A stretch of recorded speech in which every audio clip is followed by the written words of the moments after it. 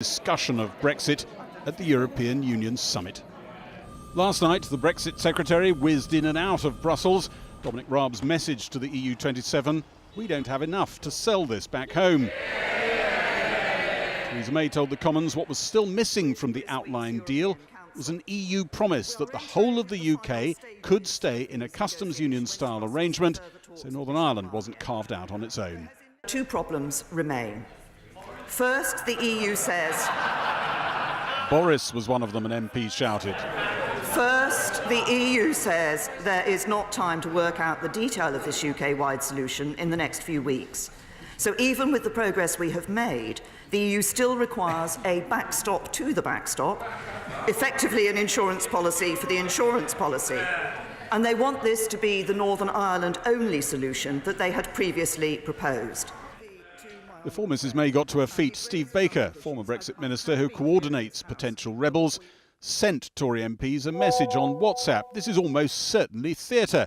Terrible threats will be made. And then, at this European Council, breakthrough. It wasn't designed to make the lengthy question session any easier. Pro-Brexit MPs demanded to know when the temporary UK-wide customs arrangement would end. So far today, my right honourable friend has failed to reassure the House that we will definitely be able to leave the backstop by the 31st of December 2020. December 2021. If that isn't the deadline, then could you say what it is? We set that point of the expectation that that would be completed by December 2021. One of the issues, as I indicated in my statement, that we're discussing with the European Union is how we can ensure that we do reflect the temporary nature of the backstop. Yesterday, the Chief Whip tweeted an image to show he hadn't had much weekend rest. But some think delaying the critical vote on any deal as close to the crash-out date as possible could help him win some MPs over from both sides of the Commons. It could be that this whole thing is now pushed down to the December summit, a vote in Parliament potentially in January. How do you think that alters the metrics of the way the vote goes? The short answer is, I suppose, there would be some expectation that would increase the pressure on those of us who are unhappy not to rebel. But I think we should be absolutely crystal clear that the objections we have are so fundamental that it's not as though we're going to blink in the face of this just because the pressure on the timing has been ratcheted up. I can see how the EU 27 and the government might want to run it to January. And the truth is... To maximise the pressure? Well, to maximise the pressure, exactly. But also... On MPs on your side as well as on their own? Oh, yes, absolutely. I mean, you know, look, there's a lot of staging going on here. We all know that. The Democratic Unionists might have propped up the government in the year since the election, but their Westminster leader's face as Theresa May tried to reassure him was not very reassuring for her. Wednesday's meeting in Brussels will go ahead, but the man who will chair it, EU Council President Donald Tusk, said tonight the chances of no deal are now more likely than ever before. Gary Gibbon at Westminster. Well, now, the Brexit secretary made a dash for Brussels yesterday, but was out of his meeting with the EU's chief negotiator, Michel Barnier, within an hour. Matt Fry has been there all day. Matt, what's going on?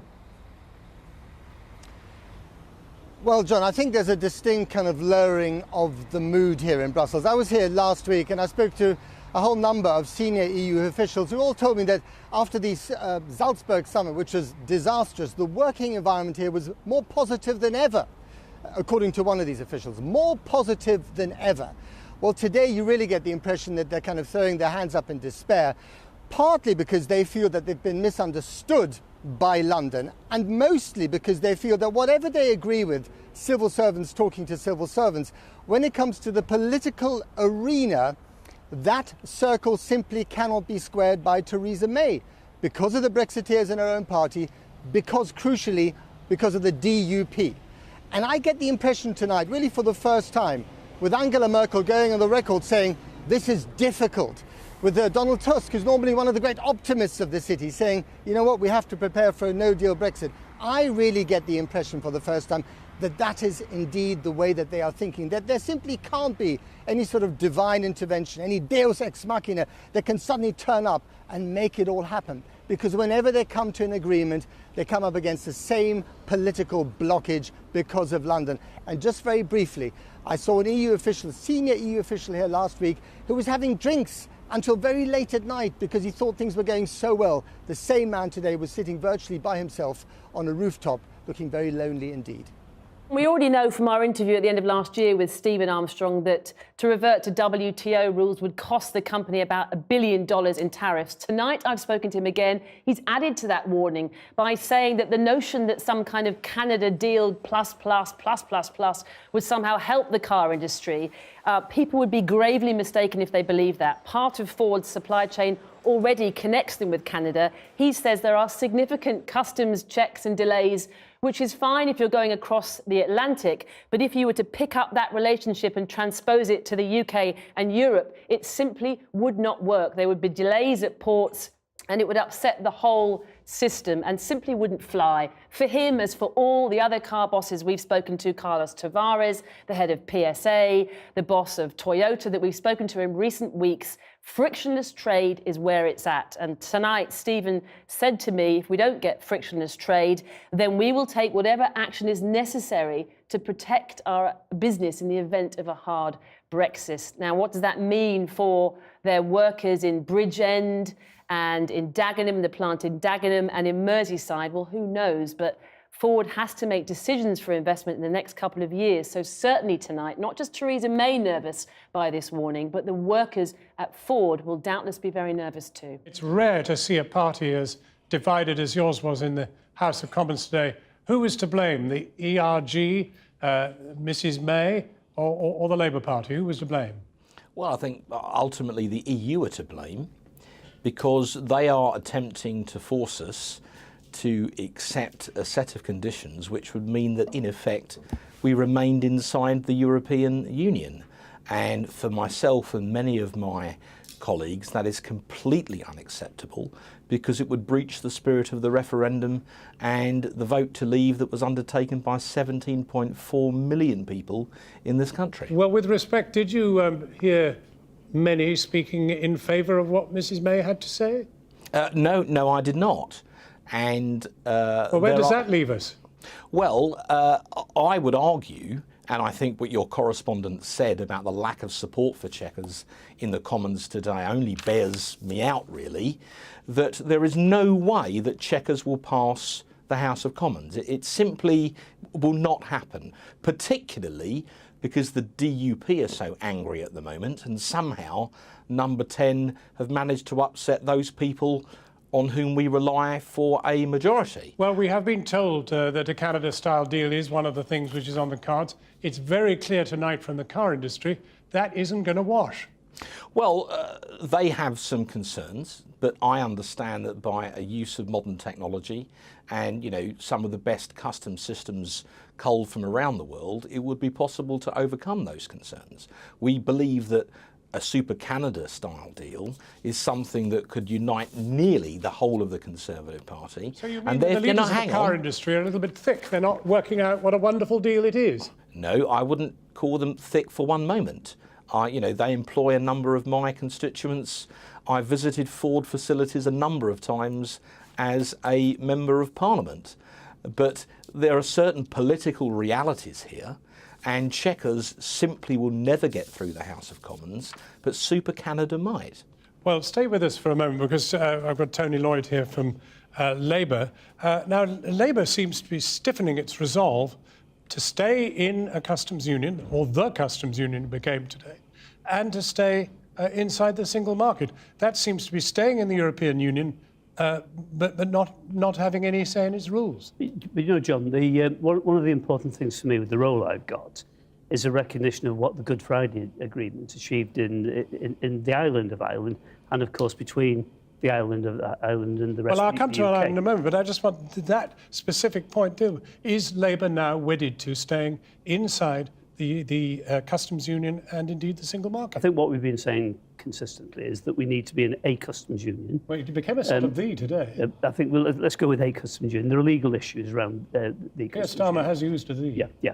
And equally with the single market, we need single market compatibility. But the border in Ireland does matter. It isn't just one of those things, because unfortunately, actually, parts of the Conservative Party have treated it as if it's an expendable issue. It's not. We, Labour governments, but actually in fairness, Conservative governments since, have respected the international treaty that guaranteed peace in Northern Ireland. Okay, That matters enormously. Well, what do you say to some of those Labour MPs who even this weekend have talked of backing Mrs May? Well, I would urge my colleagues to say, look, we put forward 6 tests, basically to create how do we maintain a jobs-first Brexit. We've seen from the comments, not just of Ford today, but AstraZeneca in a different... That's a long thing to say to them. What would you say? I mean, would you have them out of the party or what? No, I would actually be saying, look, put the national interest first. But I would actually be saying to Theresa May, because Mark Francois is right on one thing, the problem at the moment is we've got political solutions instead of national leadership. Theresa May could unite Parliament. She would lose some of her own members, I accept that, by coming on the terrain where Labour is and saying, yes, look, there is a voting majority in the House of Commons for a customs union, a single market approach, peace in Northern Ireland, and actually jobs for people across Britain. Tony Lloyd, thank you very much. And Mark Francois, thank you very much. Thanks, Matt. Well, welcome to Bournemouth, where the pro-Brexit group Leave Means Leave is holding a rally in the conference centre as we speak. Their message to Theresa May, chuck Chequers, go it alone and take the opportunities of a world trade deal, whatever that is. Politicians of all stripes are here, but it was Nigel Farage, that Brexit blast from the past, who went on walkabout earlier. Also amongst the speakers is Sammy Wilson from the DUP, the party whose 10 MPs have the power to potentially torpedo any deal Theresa May makes if they're not happy. Their red line to Theresa May, don't cut a deal which treats us differently to the rest of the UK. Well, earlier I spoke to him and I began by asking whether he would back the whole of the UK remaining in the customs union for a temporary period. Well, no, we wouldn't, for 2 reasons. First of all, that would not be honouring the commitment which the Prime Minister and the government made when the referendum result came out, namely that we'd be leaving the EU and we'd be free to do our own trade deals. And secondly... So not for an extended period either, that wouldn't fix it either for you. And secondly, any temporary arrangement would not be temporary.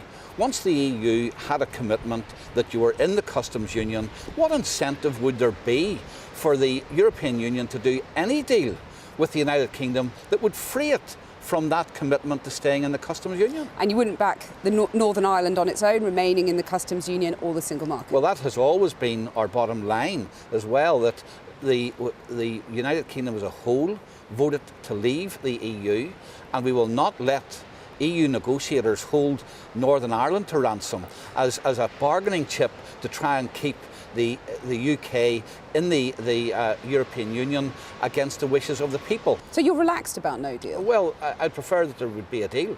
But if there is no deal, then as the 5th largest economy in the world, we trade more outside the EU than we do inside the EU. The EU is as dependent upon us, and some EU countries are very dependent, especially the Irish Republic, are very dependent upon the UK economy. I think if we finish up with a no deal, it wouldn't be too long before the EU licked its wounds, got over its fit of pique, and came back and started to negotiate sensibly with the government. A no deal, one of the immediate consequences would be a hard border, and Sinn Féin has made absolutely clear that they would push for a reunification of Ireland. We see, and that's another lie and another con trick which has been foisted on the people of the United Kingdom in all of these debates.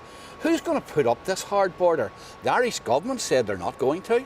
The British government says they're not going to do. But if there's no deal, you can't just have goods flowing from one part of the EU into Northern Ireland. They flow at present, and they're checked at present. Because we're all part of the European Union. Yes, but there are still taxes to be collected between Northern Ireland and the Irish Republic because there's different VAT rates, different excise duties. There are different regulations between Northern Ireland and the Irish Republic, and that doesn't present a problem at the border. Is it just fanciful to think that you wouldn't have a hard border if there was a no-deal Brexit?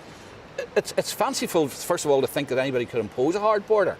50,000 troops with watchtowers, roads that were blown up, checkpoints, army patrols, electronic listening devices couldn't seal the border during the Trouble. Now, I don't know how the EU think that they're then going to magically put a hard border between Northern Ireland and the Irish Republic. I mean, if anybody, think of, first of all, is it necessary? It's not. Is it possible? It's not.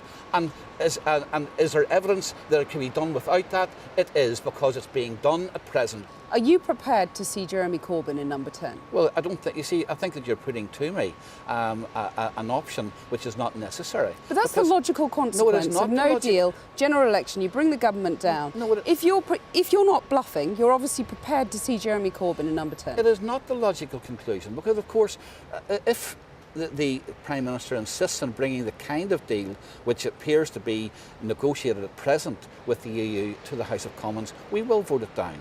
And she will then have an option.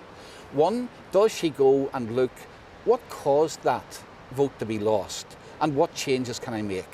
Or she could go for a vote of confidence. We will not vote against the government on a vote of confidence, and given it's a 5 fixed year term, if the government survived that vote of confidence, then they would either have to look for a new leader or look for a different approach to the problem. But it does not necessarily mean that, first of all, there would be a general election, and secondly, you're making a huge assumption that Jeremy Corbyn would win that general election. But it will, I don't believe it even needs to come to that. Sammy Wilson, thank you very much.